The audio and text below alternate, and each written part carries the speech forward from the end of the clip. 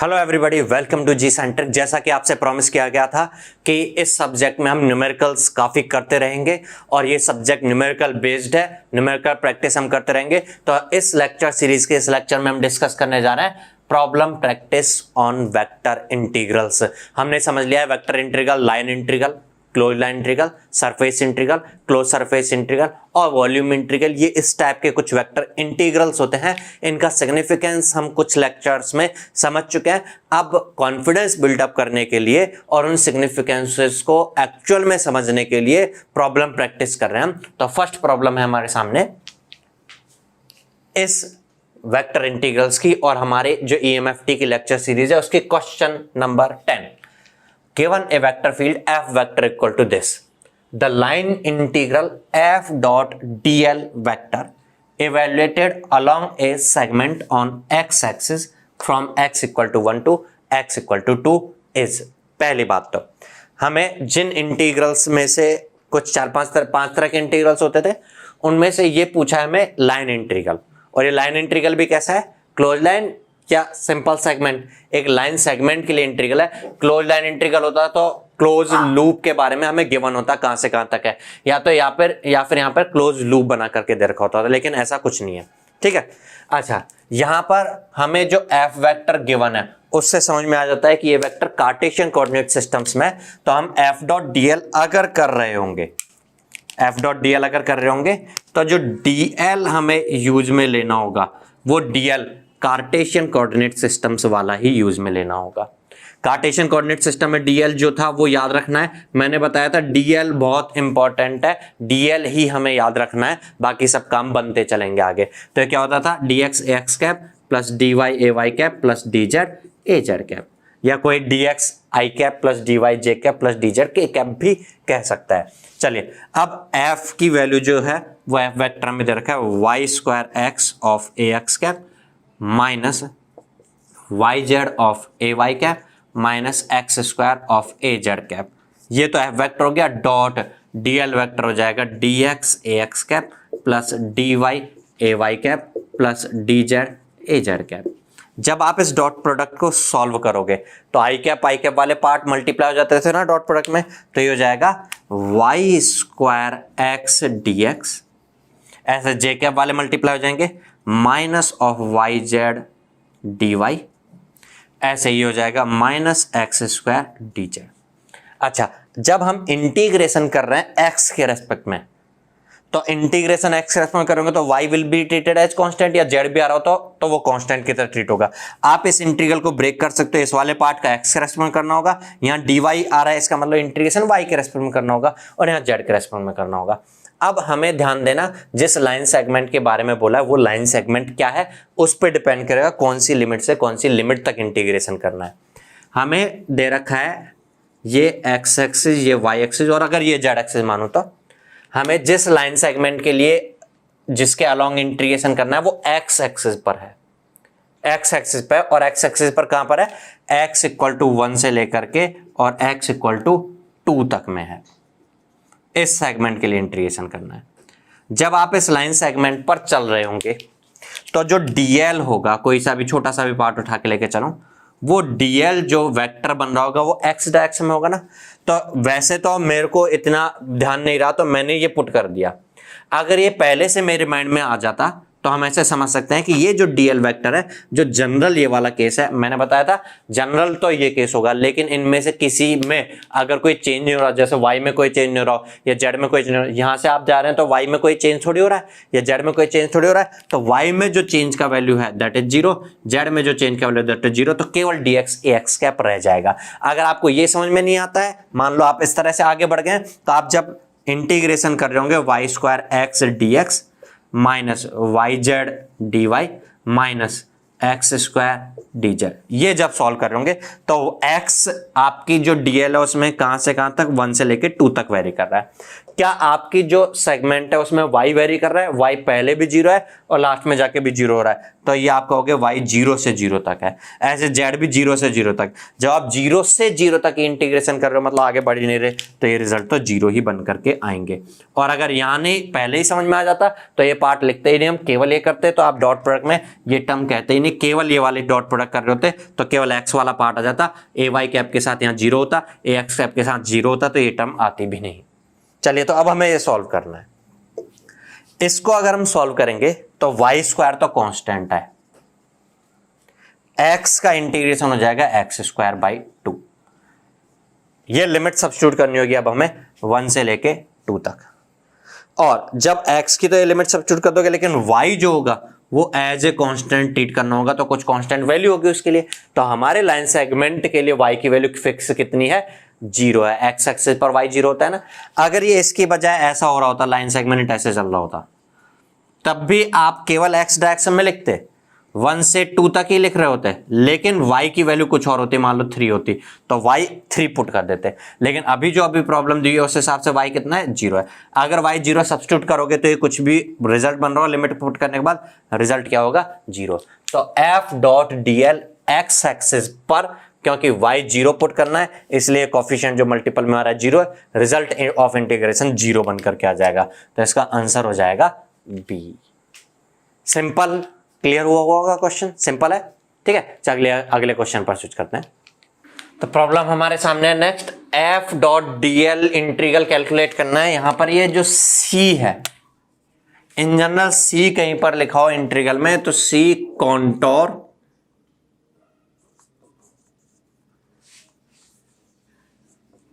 या कर्व को रिप्रेजेंट करने के लिए यूज में लेते हैं हम। अच्छा, अब कर्व जो होगा ये हो सकता है कि ये कर्व एक पॉइंट से दूसरे पॉइंट तक इस तरीके से जा रहा हो, मतलब सिंपल एक सेगमेंट हो, या ऐसा भी हो सकता है कि ये क्लोज्ड हो रहा हो। तो ये चाहे कर्व क्लोज्ड हो या सिंपल एक सेगमेंट हो, दोनों के लिए सी ही रिप्रेजेंट होता है। अब ये आगे की डेफिनेशन में हमें समझ में आएगा कि ये क्लोज्ड कॉन्टोर है, क्लोज्ड कर्व है या सिंपल कर्व है। हमें इंटीग्रल करना है एफ वेक्टर इसके लिए, और सी के बारे में गिवन है, C is a curve y square equal to 4x in xy plane from 0 0 to 4 4। कहां पर है ये, xy प्लेन में है। ये मैं xy प्लेन कंसिडर कर रहा हूं। इस xy प्लेन में कौन सा पॉइंट से, 0 0 पॉइंट से लेकर के और 4 4 पॉइंट के बीच में, x equal to 4 y equal to 4।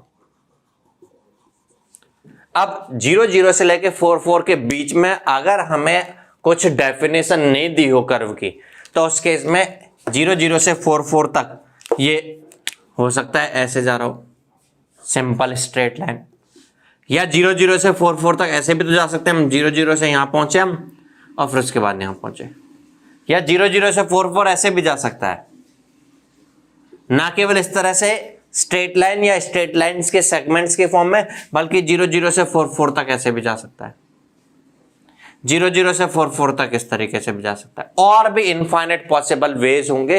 तो इसलिए हमें 0 0 से लेके 4 4 तक की जो लाइन है जिसके लिए इंटीग्रेशन करना है, तो वो कौन से पाथ को फॉलो करते हुए आ रही है, ये दिया जाएगा किसी तरीके से। नहीं दिया जाए तो फिर उस केस में हम स्ट्रेट लाइन कंसीडर करते हैं, सीधे डायरेक्ट पाथ कंसीडर करते हैं। अगर नहीं दिया जाए तो, वैसे तो नहीं देने पे हमारे पास इनफाइनाइट पॉसिबिलिटीज होंगे, लेकिन क्वेश्चन करते टाइम पे फिर आप इनफाइनाइट तरीके से थोड़ी रिजल्ट को फाइंड करेंगे, तो फिर in general straight line consider करते हैं। लेकिन मोस्ट ऑफ द टाइम ये आपको क्वेश्चन में गिवन होगा। जैसे यहाँ पर क्या गिवन है, सी जो कर्व है वो y square equal to 4x curve है। y square equal to 4x मतलब एक पैराबोलिक कर्व होगा ना। ये पैराबोलिक कर्व जो होगा ये कुछ इस तरीके से होगा, y square equal to 4x, ठीक। तो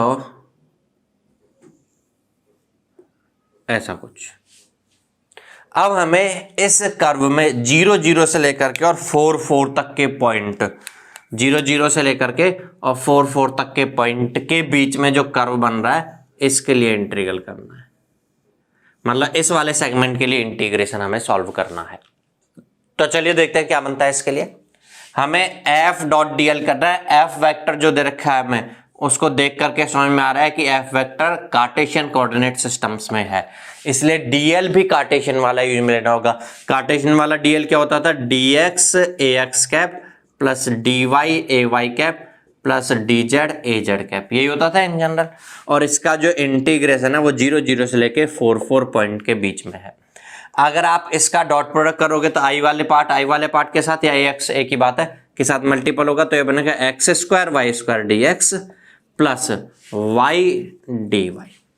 अच्छा, इसकी जो फर्स्ट टर्म है उसको मैं अलग ब्रेक कर दूं और सेकंड टर्म है उसको अलग ब्रेक कर दूं, कोई फर्क थोड़ी पड़ता है। फर्स्ट टर्म को देख करके समझ में आ रहा है कि इंटीग्रेशन जो करना है वो हमें x के रेस्पेक्ट में करना है। फर्स्ट टर्म में dx आ रहा है ना, इसलिए लिमिट भी स्टार्टिंग से एंड पॉइंट की x के रेस्पेक्ट में पुट की जाएगी।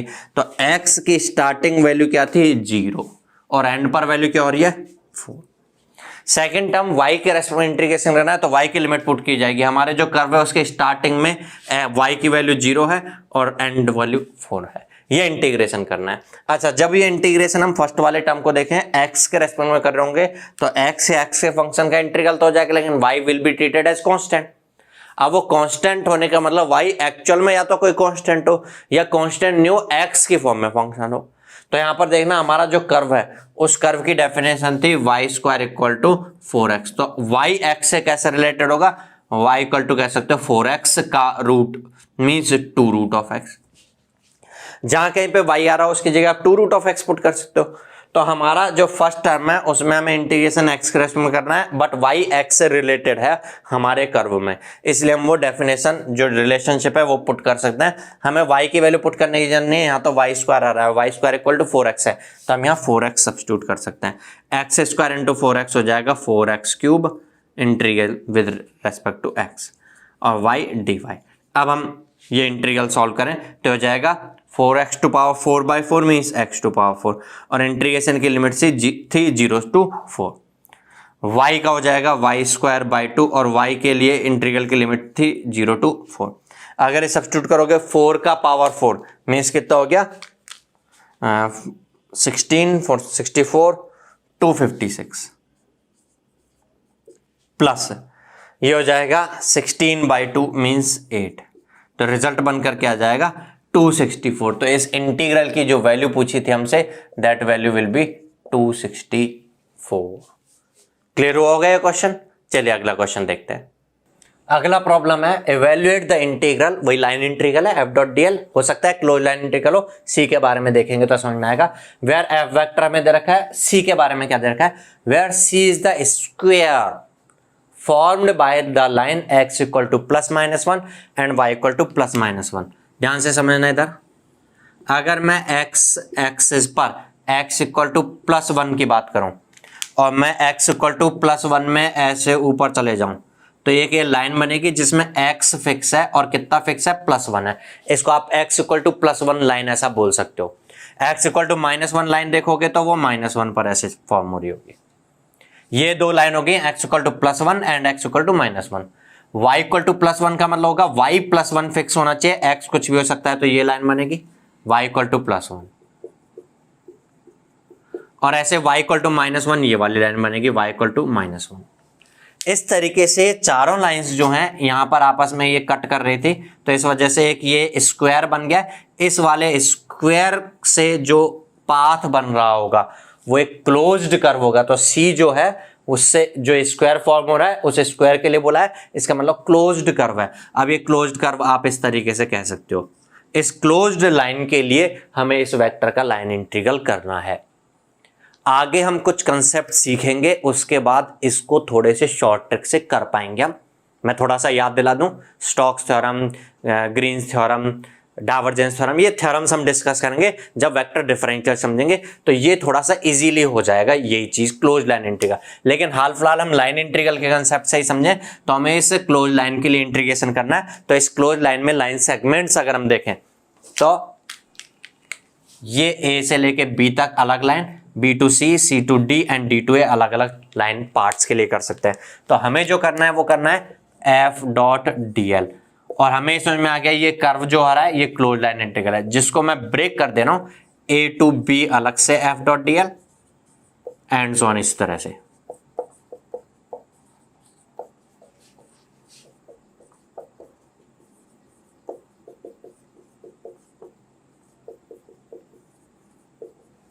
अब ए से बी तक के लिए सेगमेंट जो है ए बी, इसके लिए अगर हम समझें तो ध्यान से समझना, आप जब डीएल लिखोगे, क्योंकि एफ वेक्टर आपका कैसा है कार्टेशियन में, तो जनरल जो डीएल का फॉर्म होता था कार्टेशियन में वो तो होता था dx a x cap plus d y a y cap plus d z a z cap. लेकिन स्पेशल केस अगर इस वाले सेगमेंट के लिए देखें तो केवल एक्स में वेरिएशन हो रहा है, वाई में थोड़ी चेंज हो रहा है कोई, या हाइट जेड में थोड़ी कोई चेंज हुआ है। तो यहां पर अगर इस ए बी लाइन सेगमेंट के लिए देखेंगे तो यहां पे डीएल लिखने का मतलब हो जाएगा डी वाई और डी जेड पार्ट जीरो है, केवल D x a x cap लिख सकते हैं, इसके लिए छोटा सा जो डीएल पार्ट लिख रहे होंगे।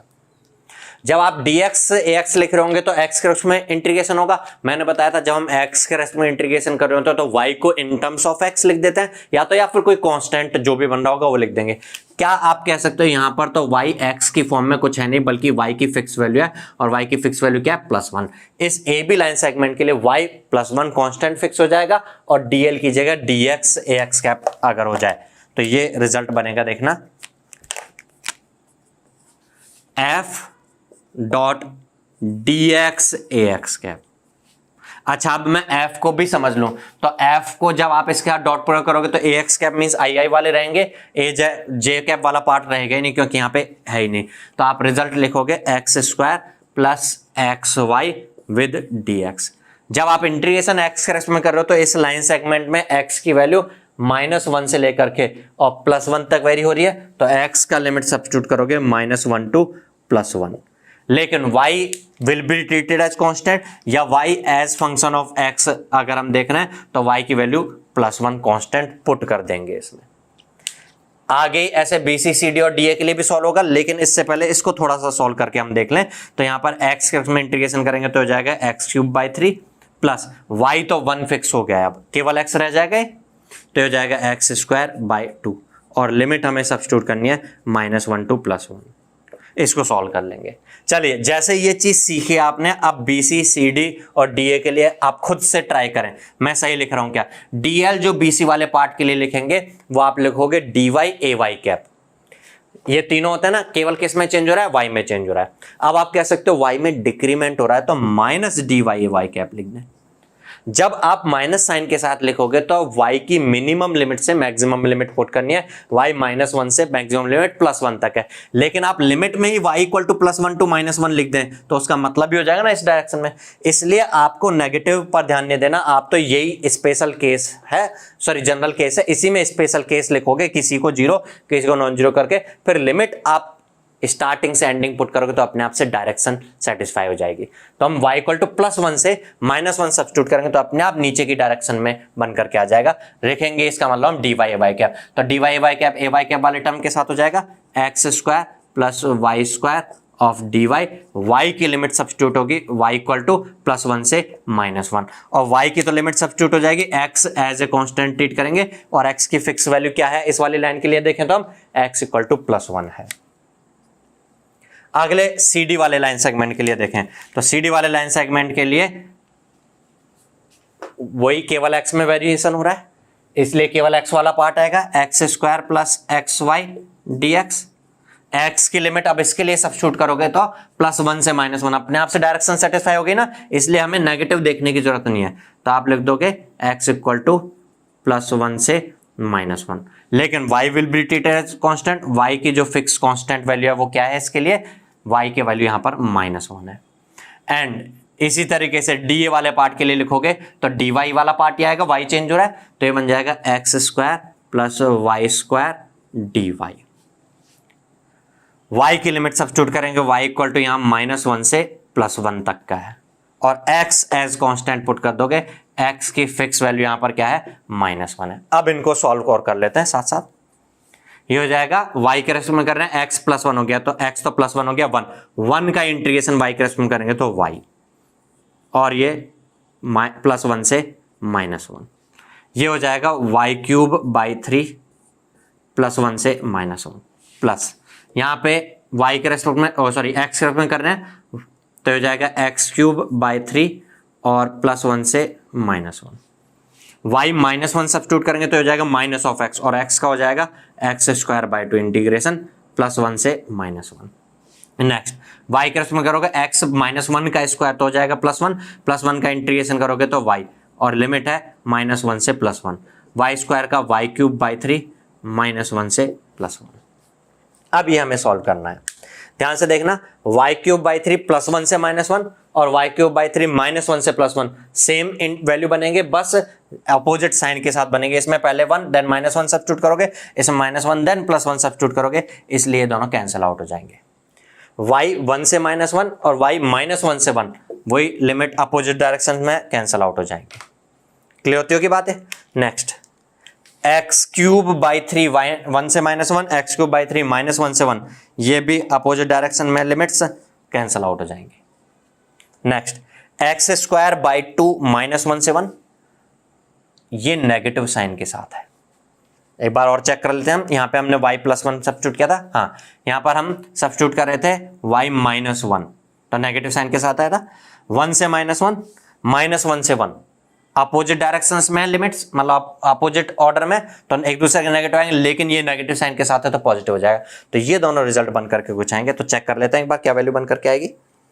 इसको सॉल्व अगर कर रहे हैं तो देखना ये बनेगा 1/2 माइनस ऑफ 1, माइनस तो आएगा ही, -1 का स्क्वायर प्लस 1/2, ये जीरो खुद से आ रहा है, माइनस यहां पे ऐसे ही करोगे तो 1/2 -1 का स्क्वायर इज 1/2 -1/2, ये जीरो खुद से वैसे हो जा रहा है, हालांकि ये दोनों आपस में ऐड हो जाते हैं लेकिन खुद से जीरो आ रहा है, तो रिजल्ट ऑफ इंटीग्रल वैल्यू क्या आएगी, जीरो बन करके आएगी। क्लियर है बात। अच्छा ध्यान से समझना एक चीज और, इस वेक्टर का क्लोज लाइन इंटीग्रल जीरो आ रहा है। आपको याद आ रहा होगा क्लोज्ड लाइन इंटीग्रल किसी वेक्टर का जो होता था वो हमें बताता था सर्कुलेशन की वैल्यू जीरो आ रही है, और किसी वेक्टर का अगर सर्कुलेशन जीरो है इसका मतलब वेक्टर स्ट्रेट है या घुमाव के साथ है। हमने समझा था घुमाव के साथ है तो कुछ ना कुछ वैल्यू आनी चाहिए थी, इसका मतलब ये वेक्टर कैसा है, स्ट्रेट वेक्टर होगा। ये वाला वेक्टर जो भी है ये स्ट्रेट वेक्टर बन रहा होगा। क्लियर है बातें। चलिए अगले क्वेश्चन पर स्विच करते हैं। अगला क्वेश्चन है the line integral of this vector field along the path 0 0 0 to 1 1 1। अच्छा इसका मतलब यहां पे अब ये x y और z में हो रहा होगा, z इधर है कुछ, और स्टार्टिंग कहां से हो रही है 0 0 0 से, और कहां तक 1 1 1 x1 y1 z1 यहां तक, ऐसा समझ सकते हो ये पाथ पे हो रहा है। अब इसको ऐसे तो शो नहीं कर सकता मैं, ठीक है, तो इसको थोड़ा सा मैं 3D व्यू अगर समझूं तो ऐसा है कुछ 0 0 0 यहां से और 1 1 1 आगे ऐसे आ रहा होगा कहीं पे, ये 1 1 1 इस पॉइंट पर, ये इस प्लेन पे नहीं है, ये ऐसा कुछ आगे होकर के आया है।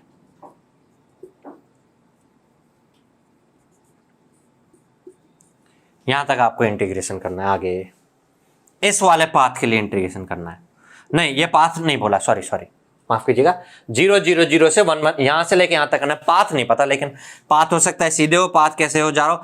अगर पाथ नहीं पता तो पाथ की इक्वेशन दे, या तो अगर पाथ की इक्वेशन दी जाएगी तो वो एक्स वाई जेड में एक इक्वेशन होगी, एक्स वाई जेड में जो एक इक्वेशन होगी, तो जब आप लाइन इंटीग्रल कर रहे होते हैं सिंगल ऑर्डर में, जब एक्स के रेस्पेक्ट में करोगे तो वाई और Z in terms of x put कर दोगे, जब y के रेस्पेक्ट में करोगे इस तरह से z और x in terms of y put कर दोगे, ऐसा कर दोगे। लेकिन कोई पाथ की इक्वेशन भी ना दे तो फिर तीसरे तरीके से दिया जा सकता है ये, या तो सिंपल पाथ होता है जिसमें कोई एक ही चीज वेरी कर रही होती है, जैसा हमने फर्स्ट क्वेश्चन देखा था।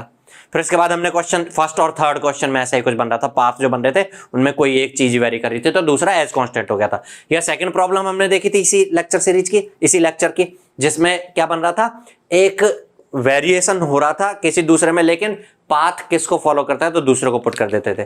तीसरा तरीका हो सकता है कि वो पैरामीटराइज्ड करके दे दे। इस तरीके से पैरामीटराइज्ड करने का मतलब होगा यहाँ पे x जो है दैट विल बी, ये क्वेश्चन में थोड़ा सा चेंज करिएगा, ये t है, x will be t, y will B T square and z will be t। तो क्या ये सारे के सारे जो हैं वो एक ही वेरिएबल की फॉर्म में चेंज हो जाएंगे? एक ही वेरिएबल की फॉर्म में चेंज हो जाएंगे तो हमें उसी वेरिएबल की वैल्यू को सब्स्टिट्यूट करना होगा। चलिए देखना एक बार, हमारे पाथ में x 0 से लेके और 1 तक वेरी कर रहा है। अगर x इक्वल टू टी है, पैरामीटराइज दे रखा है हमें x इक्वल टू टी, तो इसका मतलब जहां dx होगा वहां तो हम dt कर देंगे। दूसरी बात, x जो वेरी कर रहा है वो 0 से लेके 1 तक है, तो यहां से t समझे, जब x 0 होगा तो t भी तो 0 होगा, और जब x 1 होगा तो t भी 1 होगा, तो t भी 0 से 1 तक ही सब्स्टिट्यूट होगा। तो जब dt कर दोगे तो t की लिमिट भी 0 से 1 की जाएगी। लेकिन अगर ऐसा दे रखा होता हमें 0 0 0 से 2 1 0 तक आ रहा होता, तो x जब 0 से 2 तक आ रहा होता तो t 0 से 2 तक हो जाता। क्लियर है बात? नेक्स्ट समझना, y equal to t square है, तो जो यहां dy होगा उसकी जगह हो जाएगा 2t dt। y की लिमिट थी 0 से 1, तो t की लिमिट क्या होगी? जब y 0 था तो 0 होगी, और जब 1 था तो 1 का स्क्वायर इज 1। लेकिन इस केस में अगर 0 0 0 से 1 1 1 की बजाय होता 0 0 0 से 1 2 1, तो ये 0 से 2 होता, ये 0 से t 2 का स्क्वायर मींस 4 तक, तो t की वैल्यू 4 तक बन, सॉरी t स्क्वायर है ना, तो t equal to root of means root 2 तक हो रही होती। यहाँ पे अभी 1 का रूट मींस 1 तक की बनी है। क्लियर हुई होगी बात? तो हमें लिमिट भी t के हिसाब से समझ लेनी है, x की और y की और z की इन टर्म्स ऑफ t। अगर आप पैरामीटराइज करोगे तो t की फॉर्म में लिमिट चेंज करके ध्यान समझनी है। z इक्वल टू क्या है? t, तो dz इक्वल टू भी क्या हो जाएगा? dt। z की लिमिट 0 से 1 है तो z इक्वल टू t है, तो t की लिमिट भी 0 से 1 हो जाएगी। अब हम इंटीग्रेशन को सॉल्व करते हैं। f वेक्टर का लाइन इंटीग्रल करना है हमें, इस पाथ में करना है। f vector Cartesian coordinate system में, तो dl भी कार्टेशियन में ही लिखना होगा हमें। तो ये बन जाएगा 5xz i cap plus 3x square plus 2y j cap plus x square z of k cap, और dl भी कार्टेशियन में हो जाएगा dx i cap plus dy j cap plus dz k cap. i वाले terms आपस में आ जाएंगे तो हो जाएगा 5xz dx plus 3x square plus 2y dy plus x square z dz। आप इंटीग्रेशन को अलग अलग ब्रेक कर सकते हो। यहाँ dx का मतलब x के रेस्पेक्ट में इंटीग्रेशन करना होगा। x में x हुआ तो कोई दिक्कत नहीं है, लेकिन z भी आ गया है तो प्रॉब्लम है, इसलिए उस पैरामीटराइज फॉर्म को यूज में ले। पैरामीटराइज फॉर्म के हिसाब से dx की जगह आप सब्स्टिट्यूट कर सकते हो dt, और आप जब x या t पुट करोगे, z की जगह t पुट करोगे तो ये 5t स्क्वायर हो जाएगा। लिमिट सब्स्टिट्यूट करनी होगी t की, x से t समझ में आ रहा था, x 0 से 1 था तो t भी 0 से 1 होगा। चलिए नेक्स्ट, y के रेस्पेक्ट में करना है, dy equal to 2t dt है, dy equal to 2t dt है। x की जगह t है तो ये हो जाएगा 3t स्क्वायर, और y भी t स्क्वायर है तो हो जाएगा 5t स्क्वायर। लिमिट y की अगर 0 से 2 होती तो t की हो जाती 0 से 2 का रूट, हालांकि y 0 से 1 है तो t भी 0 से 1 ही बन करके आएगा, रूट ऑफ 1 1 ही होता है क्योंकि, ठीक है। प्लस यहां z की वैल्यू t है, x की वैल्यू t स्क्वायर है तो ये हो जाएगा t क्यूब, और dz इक्वल टू dt। यहां पर इसको अगर थोड़ा सॉल्व कर लें तो ये बन जाएगा 5 इंटू 2 10 ऑफ t क्यूब, तो इसको आप 10t क्यूब का इंटीग्रेशन करना है, ऐसा भी समझ सकते हो। अब इसको आप सॉल्व करोगे अगर तो ये वैल्यू बन करके आ जाएगी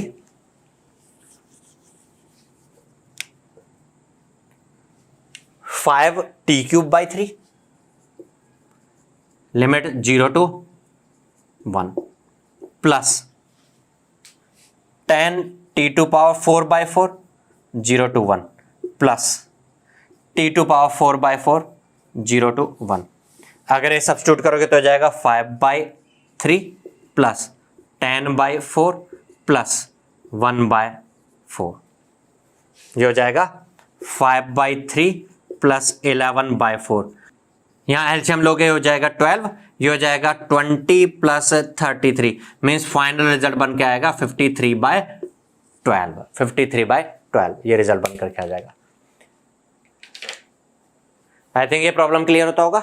चलिए आगे अभी हमें इसकी और प्रॉब्लम्स डिस्कस करनी है, तो नेक्स्ट लेक्चर में मिलता है वेक्टर इंटीग्रल्स की अदर प्रॉब्लम्स के साथ। अभी और प्रॉब्लम्स हम डिस्कस करेंगे इसके, तब तक के लिए गुड बाय, थैंक यू।